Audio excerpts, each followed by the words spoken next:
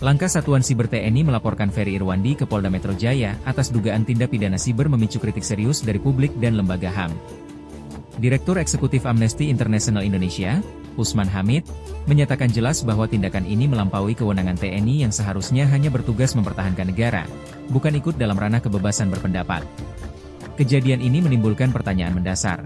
Apakah TNI saat ini sedang memasuki wilayah sipil yang semestinya menjadi domain Polri? Dalam perspektif konstitusional, kewenangan TNI terbatas pada ancaman pertahanan negara, misalnya serangan siber dari luar negeri, bukan komentar politik warga negara.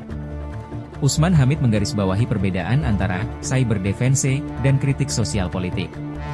Apabila pendapat warga yang sah secara demokratis masuk ranah pidana, maka itu justru mengikis hak rakyat untuk mengawasi pemerintahan dan menguatkan otoritarianisme tak terlihat. Fenomena ini menggambarkan betapa rapuhnya pemisahan peran antara TNI dan Polri, terutama di era digital. Usman menegaskan bahwa Polri bisa saja terpojok di antara garis kekuasaan militer dan sipil yang akhirnya melemahkan independensi institusi hukum. Jika praktik seperti ini berulang, bukan tidak mungkin demokrasi Indonesia tergerogoti dari sisi kelembagaan.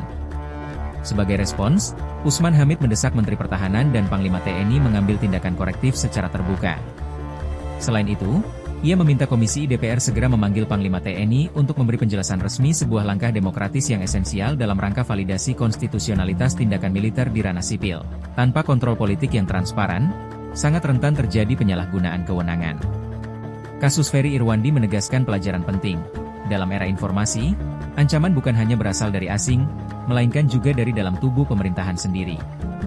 Ketika aparat justru menghalangi kritik sah, masyarakat kehilangan ruang demokrasi.